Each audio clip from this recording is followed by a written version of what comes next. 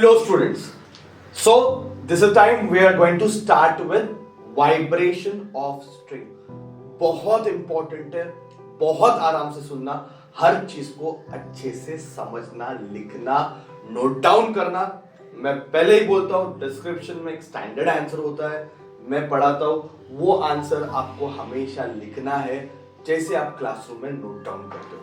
Notes के भरोसे मत बैठो, सिर्फ पढ़ते जा रहे हो, देखते जा रहे हो, वीडियोस नहीं चलेगा। थोड़ा दिमाग वापरो, मेहनत करो। और ये टॉपिक बहुत इंपॉर्टेंट है, बहुत इंपॉर्टेंट टॉपिक है, ठीक है? प्रैक्टिकल्स के लिए भी यूज होने वाला है, ठीक है? तो अच्छे से याद रखो। Vibration of string. मैंने एक स्ट्रिंग को दो रिजिड सपोर्ट के बीच में लगा दिया, ओके? और बीच में प्लग किया और एक लूप फॉर्म हुआ। One loop is form, okay? एक लूप फॉर्म हुआ। मैं बोलता हूं भाई स्ट्रिंग की, उस धागे की इतनी तो औकात है कि एक लूप तो बनेगा ही बनेगा, मिनिमम वन लूप तो बनने ही वाला है। अब नॉर्मल रबर बैंड हाथ में लो, उसको स्ट्रेच करो, बीच में प्लग करो, एक लूप तो बनना ही है। You know that, right? ऐसा होगा क्या कि लूप ही नहीं बना, आप खींच रहे हो, वाइब्रेट ही नहीं हो रहा है? नहीं, वाइब्रेट तो होगा, स्ट्रिंग वाइब्रेट तो होगी, लाइट स्ट्रिंग है, वाइब्रेट होगी। एक लूप तो बनेगा ही बनेगा, दिमाग में डाल के रखो, एक लूप तो बनना ही है, बनना ही है। When one loop is formed, then this mode of vibration is called fundamental mode. Now I will say string is vibrating in fundamental mode. Fundamental का मतलब होता है बेसिक मोड, मिनिमम, इसमें तो वो वाइब्रेट होगा ही होगा। तो एक लूप तो बनना ही चाहिए। एक लूप में बच्चों नोड्स कितने बनेंगे? तो आप देखो, नोड भाई दो बन रहे, और एंटी नोड कितना बनेगा? एक बनेगा। तो एक लूप में दो नोड बनते, एक एंटी नोड बनता है। अगर मैं स्ट्रिंग का लेंथ स्मॉल एल ले रहा हूं, चलो फॉर एग्जांपल मैंने स्ट्रिंग का लेंथ स्मॉल एल ले लिया, तो बताओ स्ट्रिंग का लेंथ कितना रहेगा? दो नोड्स के बीच का डिस्टेंस रहेगा, yes or no? Length of the string is nothing but distance between two nodes. Do you agree with me? And when I say length of the string is distance between two nodes, तो L is equal to कितना हो जाएगा? Lambda by 2, है ना? तो बताओ lambda की value कितनी आएगी? लैम्बडा की वैल्यू आएगी 2L। अब हमें पता है V is equal to N lambda. N को हम V अपॉन लैम्बडा ऐसे लिख सकते हैं, लैम्बडा की वैल्यू सब्स्टिट्यूट कर देते हैं, तो N is equal to 1 upon lambda के लिए 2L है। और V की वैल्यू हमने प्रीवियस सेगमेंट में देखा, T बाय N। T क्या है? Tension, small n linear density, ये हमने प्रीवियस लेक्चर में देखा है। ये बन गया फॉर्मूला फंडामेंटल फ्रीक्वेंसी का। फंडामेंटल फ्रीक्वेंसी,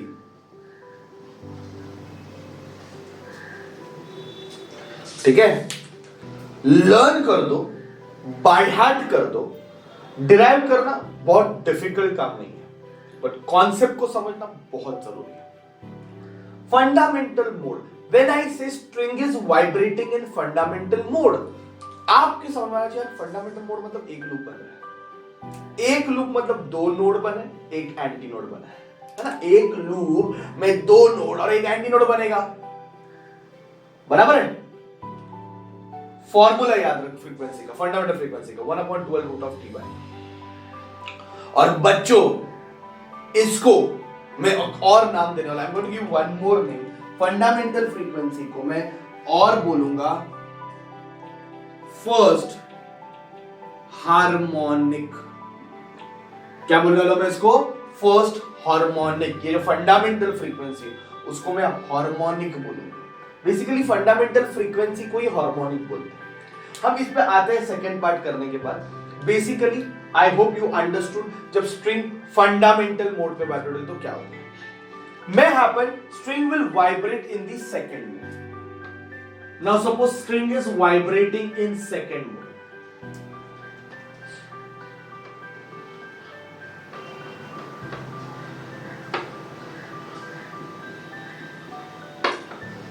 सेकेंड मोड में दो लूप बन रहे हैं. सेकेंड मोड में दो लूप बन रहे हैं.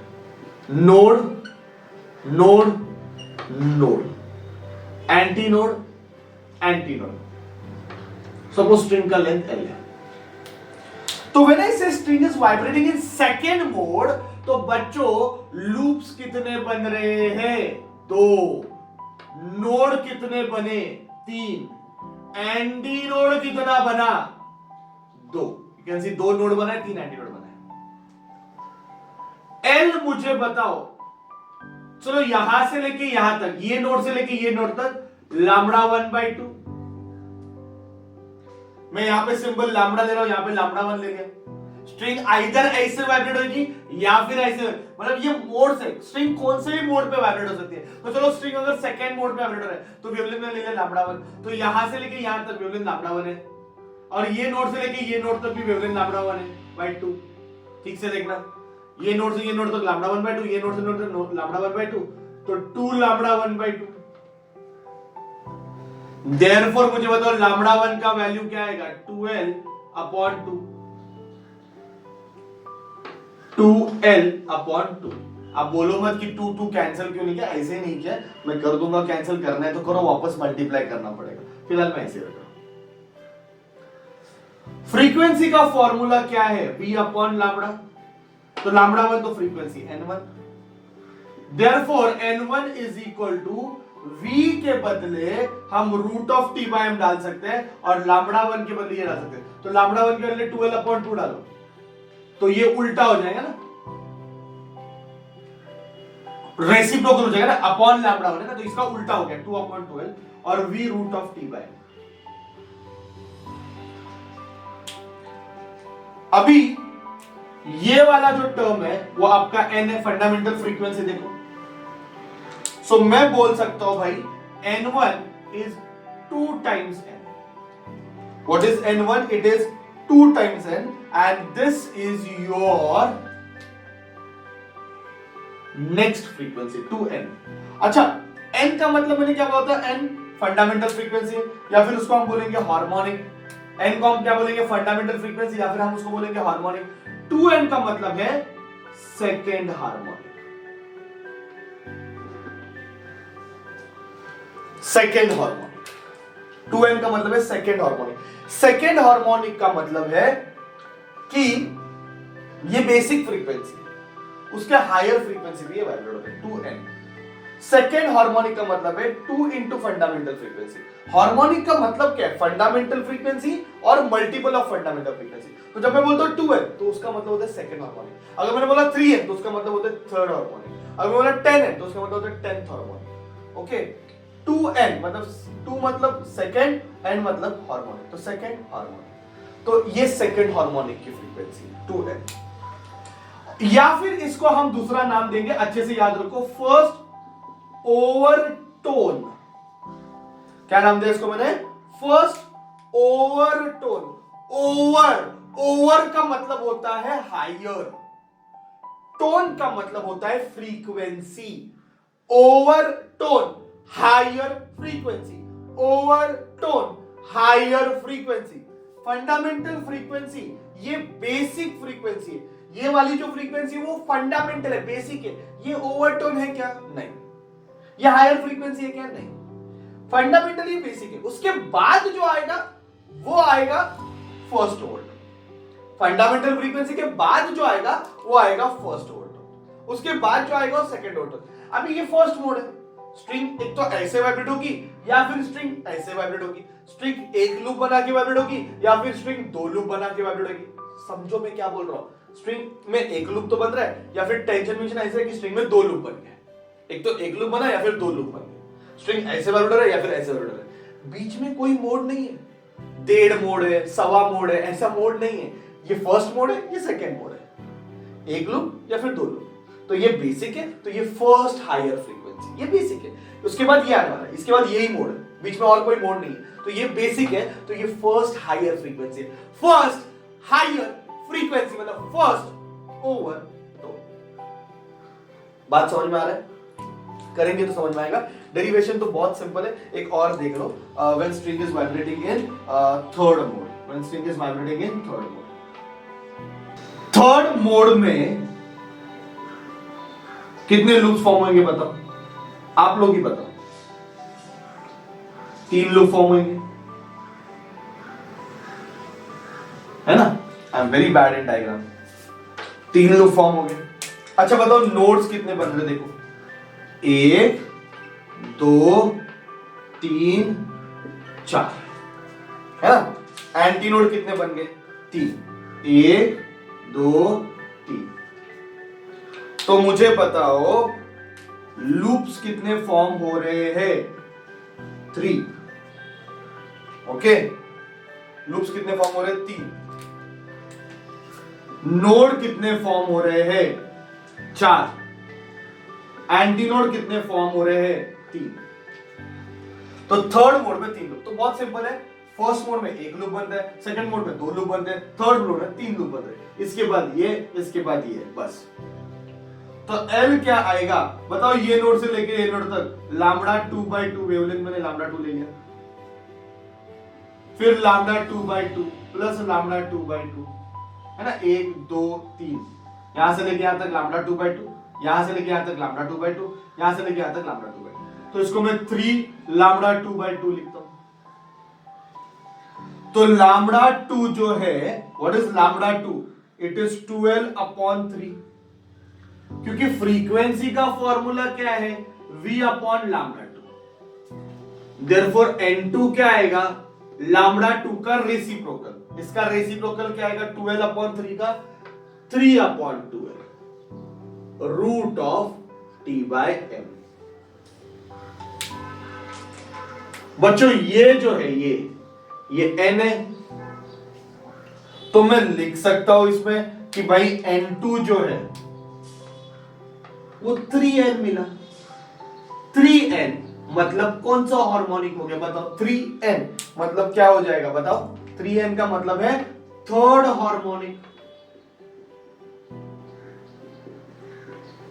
और ये बेसिक मोड है, ये फर्स्ट हायर फ्रीक्वेंसी, ये सेकंड हायर फ्रीक्वेंसी, मतलब ये क्या है? Second overtone. तो इसको हम फर्स्ट थर्ड हार्मोनिक बोलेंगे या फिर सेकंड ओवरटोन बोलेंगे। तो ये डिफरेंट मोड्स, मतलब स्ट्रिंग ऐसे वाइब्रेट होती है तो ये फ्रीक्वेंसी आएगी, ऐसे वाइब्रेट होगी तो ये फ्रीक्वेंसी आएगी, ऐसे मतलब किसी मोड में वाइब्रेट होते हैं। इसका सबका एप्लीकेशन यूज मैं आपको बताऊंगा, डोंट वरी अबाउट इट। पर आप पहला डेरिवेशन बनाने को आएगा आपको। एग्जाम में क्वेश्चन क्या पूछते पता है? State different modes of vibrating string और explain different modes of vibrating string. एक जनरल कर देते, एक जनरल पित्त मोड। पित्त मोड तो लूप्स कितने बनेंगे? P, कॉमन सेंस है। फर्स्ट मोड में लूप कितना बना? 1। सेकेंड मोड में लूप कितना बना? 2। थर्ड मोड में लूप कितना बना? 3। तो पित्त मोड में लूप्स कितने बनेंगे? P। नोड कितने बनेंगे? नोड हमेशा एक ज्यादा बनते हैं। अगर 3 लूप बन रहे तो 4 नोड बन रहे, अगर 2 लूप बने तो 3 नोड बने। तो नोड एक ज्यादा बनता है, एंटी नोड तो उतना ही बनता है। Now when one loop is formed, only 1 λ/2 आए। 2 लूप फॉर्म हुए, 2 λ/2 आए। देखो इधर 2 λ/2। 3 लूप फॉर्म हुए, 3 λ/2 आए। यहाँ पे P लूप फॉर्म हो रहे तो P λ/2 आएगा। मैं सिंबल लैम्बडा डैश लिखता हूं, तो लैम्बडा डैश क्या आएगा? 12/P। फ्रीक्वेंसी का सिंबल क्या है? N dash is equal to V upon lambda dash. So N dash is equal to lambda dash का reciprocal P upon 12 root of T by N। P upon 12 root of T by N। What is this? This is nothing but N। तो मैं लिख सकता हूं भाई N dash is equal to Pn। तो जब मैं बोलता हूं Pn तो वो होता है पित्त हार्मोनिक, और P माइनस 1 ओवरटोन। जितने हार्मोनिक है उससे एक कम ओवरटोन होता है। चेक करो, थर्ड हार्मोनिक है तो सेकंड ओवरटोन है, सेकंड हार्मोनिक है तो फर्स्ट ओवरटोन है। तो ये मेरा एक जनरल फॉर्म हो गया। This is how string is vibrating. Forget about this. अब ये आंसर आपको बनाने को आएगा, एग्जाम में लिखने को आएगा। क्वेश्चन याद रखो क्या पूछेंगे, explain different modes of vibrating string, ये आपका क्वेश्चन रहेगा। बट बच्चों फील करो ना, फील करो मेरे साथ, अभी आगे के 2-3 मिनट बहुत इंपॉर्टेंट है, फील करो जो मैं बोल रहा हूं। आपके सामने एक स्ट्रिंग है, आपने देखा वाइब्रेट किया, उसमें 10 लूप बने, 10 लूप्स बने बच्चों। कितने लूप बने? 10। तो मुझे बताओ अगर उसमें 10 लूप बने तो आप बोलोगे ना अरे स्ट्रिंग 10th मोड पे वाइब्रेट हो रहा है। एक तो कितने लूप से, उससे हम बता सकते कि कौन से मोड पे वाइब्रेट हो रहा है। 4-5 लूप बने तो मैं बोलूंगा भाई 5th मोड पे वाइब्रेट हो रहा है। अभी कितने बन रहे हैं आपके सामने, सोचो, इमेजिन, फील इट, आपके सामने स्ट्रिंग है और उसमें 10 लूप फॉर्म हो रहे हैं। आप क्या बोलोगे? 10th मोड पे वाइब्रेट हो रहा है। कितने मोड पे वाइब्रेट हो रहा है? 10th मोड पे। एक लूप, ओके, एक लूप मतलब फंडामेंटल। अभी कितने मोड है? 10 मोड है, तो 10th मोड पे वाइब्रेट हो रहा है, बराबर। अगर आपको किसने पूछा बताओ उसकी फ्रीक्वेंसी कितनी है, 10 लूप फॉर्म हुए, 10th मोड है, तो 10th हार्मोन 10n, आंसर क्या आएगा? 10n। जितने लूप्स होते हैं उससे आंसर आता है, तो 10n। और n का फॉर्मूला क्या है? 1/12 रूट ऑफ 10। तो आप क्या करोगे? 10n लिखोगे, n के बदले 1/12 रूट ऑफ t/m डाल दिया, कैंसिल हो गया, आंसर आ गया। आपको उसका फॉर्मूला बनाने को है, समझा? 10th हार्मोनिक पे वाइब्रेट हो रहा है, कितने ओवरटोन है? तो एक कम ओवरटोन रहता है, तो आंसर है 9th ओवरटोन। आप बोल सकते हो कि वो 10th हार्मोनिक पे वाइब्रेट हो रहा है या फिर 9th ओवरटोन पे वाइब्रेट हो रहा है। बात समझ में आ रहा है? फिर से जितने लूप्स है, ये याद रखो, जितने लूप्स है, जितने लूप्स बनते हैं उससे एक ज्यादा नोड बनता है। जितने लूप्स है उससे एक ज्यादा नोड बनेगा, उतना ही एंटी नोड बनेगा। हाथ देखो मेरा कैसे आ रहा है। जितने लूप्स है उससे एक ज्यादा नोड, उतना ही एंटी नोड, उतना ही हार्मोनिक, और उससे एक कम ओवरटोन। जितने लूप्स बनेंगे उससे एक ज्यादा नोड, उतना ही एंटी नोड, उतना ही हार्मोनिक, एक कम ओवरटोन। याद रखो मेरे साथ, जितने लूप्स है उससे एक ज्यादा नोड, उतना ही एंटी नोड, उतना ही हार्मोनिक, एक कम ओवरटोन। ठीक से सुनना, जितना लूप्स है उससे एक ज्यादा नोड, उतना ही एंटी नोड, उतना ही हार्मोनिक, उससे एक कम ओवरटोन। अगर आपको क्वेश्चन आया एग्जाम में, फाइंड 15th हार्मोनिक, क्वेश्चन आया फाइंड 15th हार्मोनिक, 15n है ना, 15th हार्मोनिक मतलब क्या? 15n। और n का फॉर्मूला क्या है? 1/12। ये तो थोड़ी चेंज होना है, ये तो फंडामेंटल है, 1/12 रूट ऑफ t/m। समझा? एग्जाम में क्वेश्चन है फाइंड 7th हार्मोनिक, बताओ क्या लिखोगे? 7n। एग्जाम में क्वेश्चन है फाइंड 12th हार्मोनिक, क्या लिखोगे? 12n। आगे सम सॉल्व करने वाले, अभी इसका बेसिक बता रहा हूं मैं, ठीक है? तो 12n। बना रहे, समझ में आ रहा है? एग्जाम में क्वेश्चन है find 3rd overtone. 3rd overtone मतलब 4th हार्मोनिक, एक ज्यादा ना, ओवरटोन से एक ज्यादा हार्मोनिक, तो 3rd ओवरटोन पूछा मतलब 4n। एग्जाम में आया question find 11th overtone. 11th overtone मतलब 12n, एक ज्यादा। तो जितने ओवरटोन है उससे एक ज्यादा हार्मोनिक रहता है। क्लियर? समझ में आ रहा है बात को? बहुत बहुत इजीली हम इसको कर पा रहे हैं। ओके, मेरा फंडा वो याद रखो भाई, जितने लूप्स है उससे एक ज्यादा नोड, उतना ही एंटी नोड, उतने हार्मोनिक, एक कम ओवरटोन। फॉर्मूला बनाने को आना चाहिए। और आजकल प्रैक्टिकली भी आपके सामने कोई स्ट्रिंग वाइब्रेट हो रही है और 100 लूप्स बने, तो लोग बोलेंगे भाई ये 100 मोड पे वाइब्रेट हो रही है, उसका फॉर्मूला मैं बना सकता हूं 100n। कितना ओवरटोन है? 99 ओवरटोन है। ये सब आप उसके बारे में बात कर सकते हो, कितने उसमें नोड्स बने, क्या बने, सब कुछ। तो ये जनरल फॉर्मेट याद रखो। और डायलॉग, जितने लूप्स है उससे एक ज्यादा नोड, उतना ही एंटी नोड, उतना ही हार्मोनिक, एक कम ओवरटोन। और मेन ये फॉर्मूला क्योंकि प्रैक्टिकल्स में यूज होने वाला है, n is equal to 1/12 root of t/m। I hope you understood। Answer कैसे बनाने का मैंने आपको बताया। ओके, कुछ नहीं है भाई, सिर्फ l को लैम्बडा के फॉर्म में लिखना है और v is equal to n lambda में सब्स्टिट्यूट करना है। ठीक है? तो स्ट्रिंग कौन से भी मोड पे वाइब्रेट हो सकती है, डिपेंड उसमें कितना टेंशन बना हुआ है, लीनियर डेंसिटी कितनी है, लेंथ कितनी है, इन सब फैक्टर पे डिपेंड करता है कौन से भी मोड पे स्ट्रिंग वाइब्रेट हो सकता है। और कोई भी मोड पे स्ट्रिंग वाइब्रेट हो, आज के बाद अपने पास वो कॉन्फिडेंस है कि हम उसका फॉर्मूला बना सकते हैं, हम उसकी फ्रीक्वेंसी फाइंड कर सकते हैं। ठीक है? Sure? Thank you very much बच्चों।